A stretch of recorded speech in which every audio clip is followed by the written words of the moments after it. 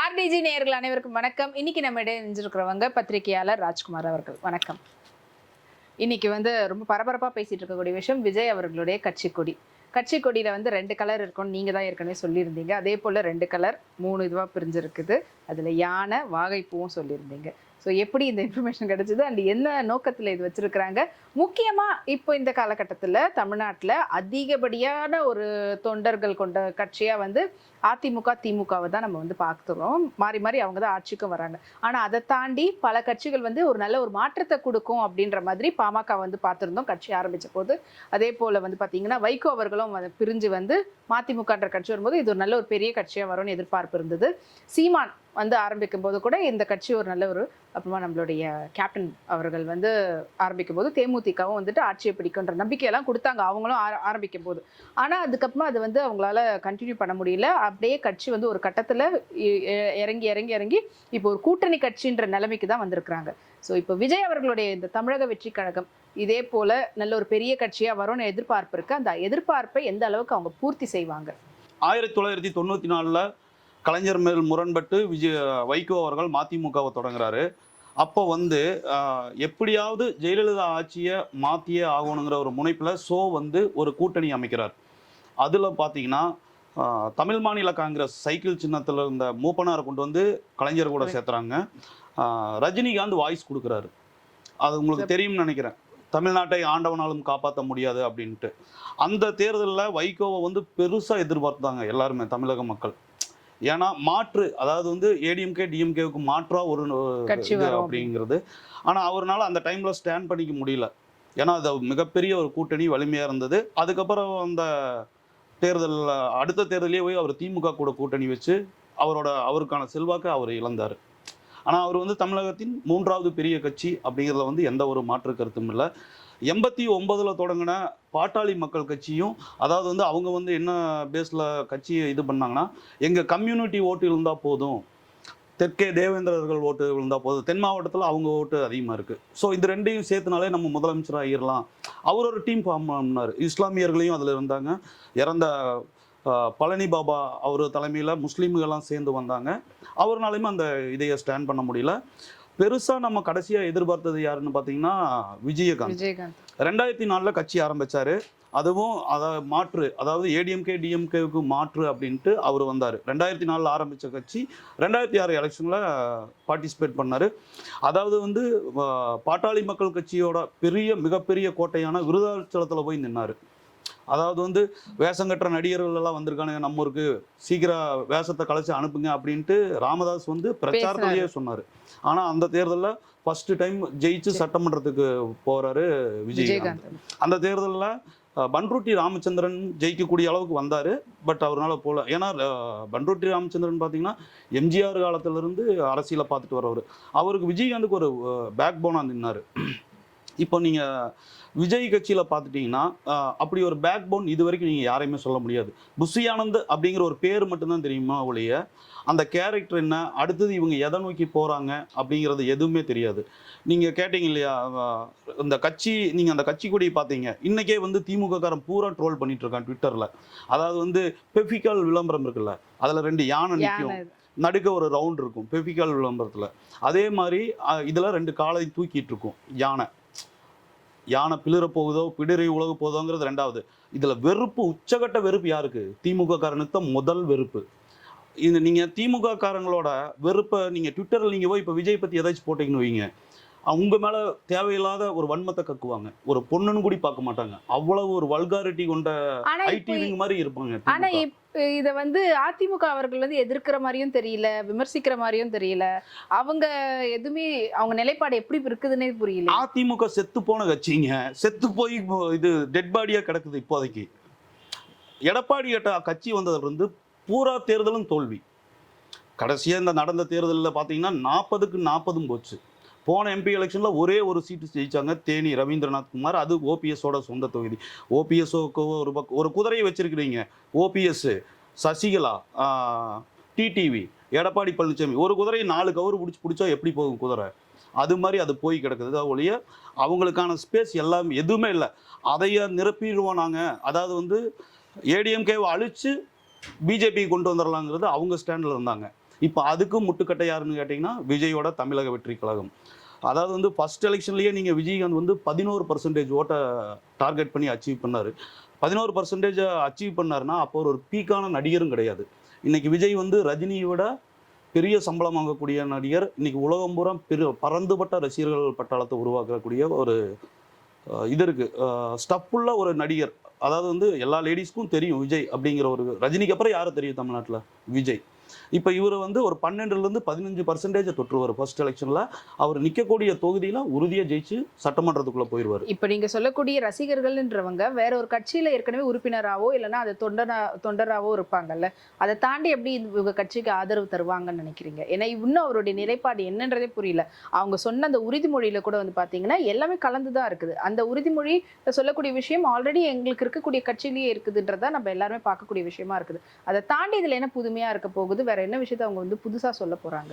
நீங்க ரஜினி ரசிகர்கள் எல்லாருமே வந்து ஏடிஎம்கேவில் இருந்தாங்க, டிஎம்கேவில் இருந்தாங்க.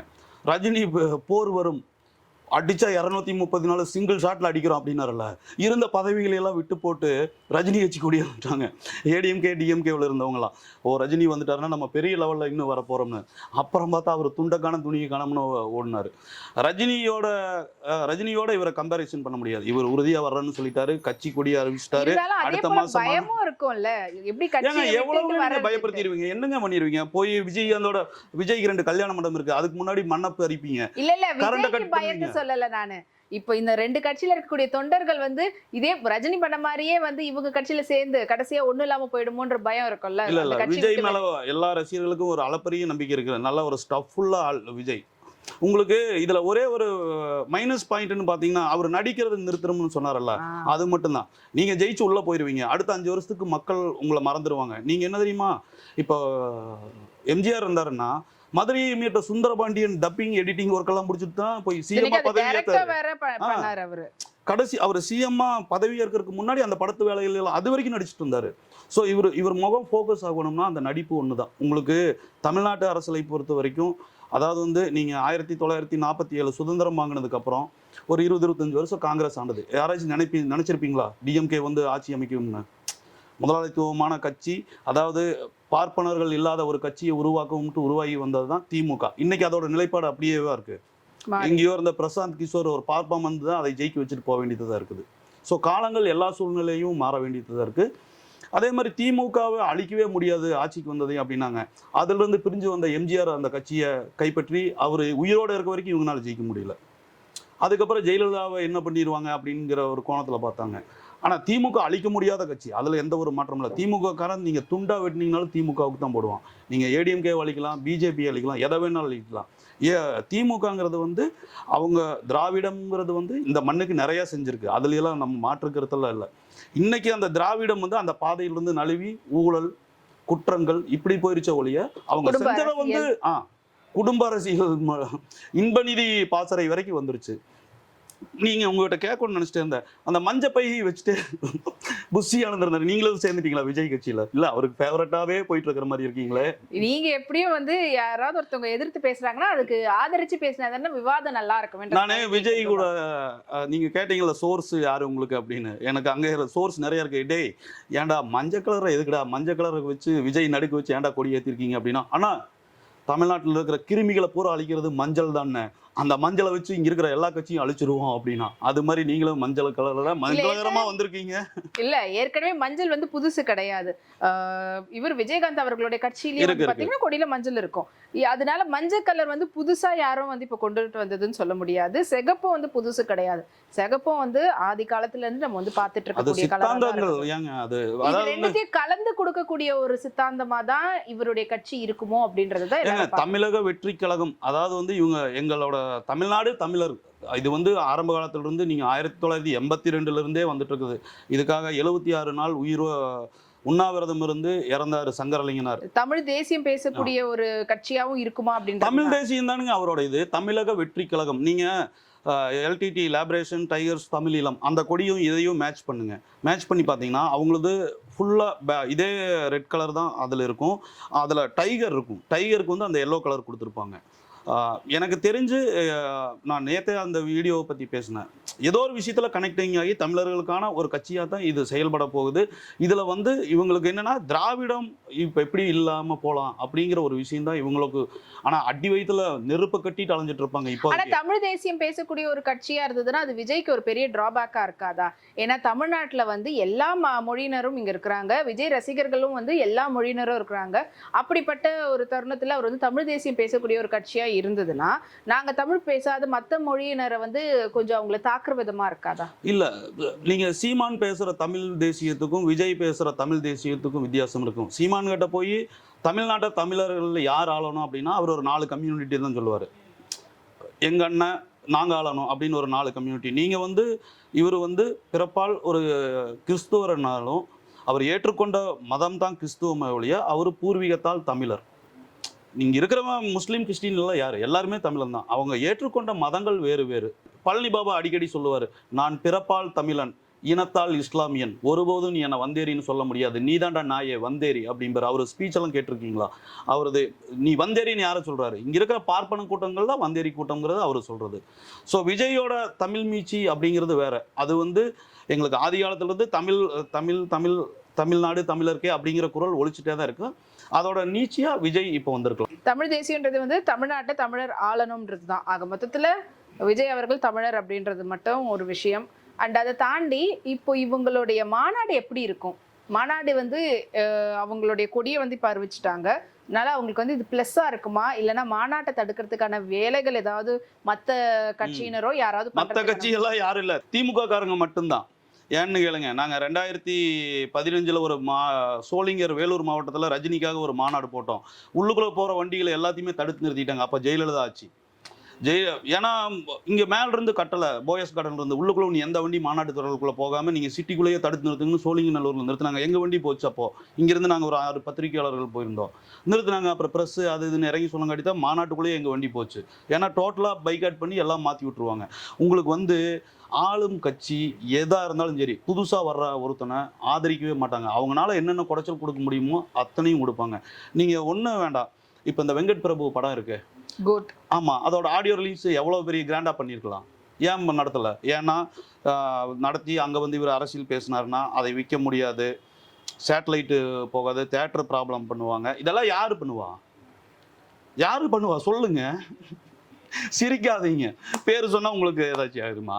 யார் ஆளுங்கட்சியோ அவங்களால மட்டும்தான் மிரட்டல் அச்சுறுத்தல்கள் வரும். ஆனால் அதை எதிர்கொள்கிற ஸ்டப்பு வந்து விஜய்க்கு நிறையா இருக்கும். ஏன்னா அவரோட ஃபேன் பேஸ் வேறு மாதிரி இருக்கும். ஒரே ஒரு மைனஸ் பாயிண்ட் அவர்கிட்ட என்ன தெரியுங்களா? ஒரு வலிமையான ஆட்கள் இன்னும் அவர் பக்கத்தில் இன்னும் வரல. ஒருவேளை நாளைக்கு எலெக்ஷன், நாளைக்கு மாநாட்டு திடலில் இன்றைக்கி இருக்கிற கல்வி தந்தைகள் இருக்காங்கல்ல, ஏசி சண்முகம், பாரிவேந்தர், பச்சைமுத்து, இன்னபரன்னு தொழிலதிபர்கள் பூரா உள்ளுக்குள்ள வந்துருவாங்க. அதில் ஒன்றும் மாட்டேன். ஏன்னா அவங்கள ஒரு சீட்டு எங்கே கிடைக்குதோ போய் உப்பு மூட்டை ஏறிக்குவாங்க. ஃபர்ஸ்ட் ஆளாக ஏறுறதுல அவங்க தான் ஃபர்ஸ்ட் ஆட்கள். உண்மையும் கூட தான். ஸோ செலவு மற்றபடி எல்லா விஷயத்துக்கும் வந்து ஆட்கள் இருக்காங்க. விஜய் கொஞ்சம் ஸ்டஃப்பாக நின்றுட்டாருன்னு வைங்க, நீங்கள் என்ன அடித்தாலும்.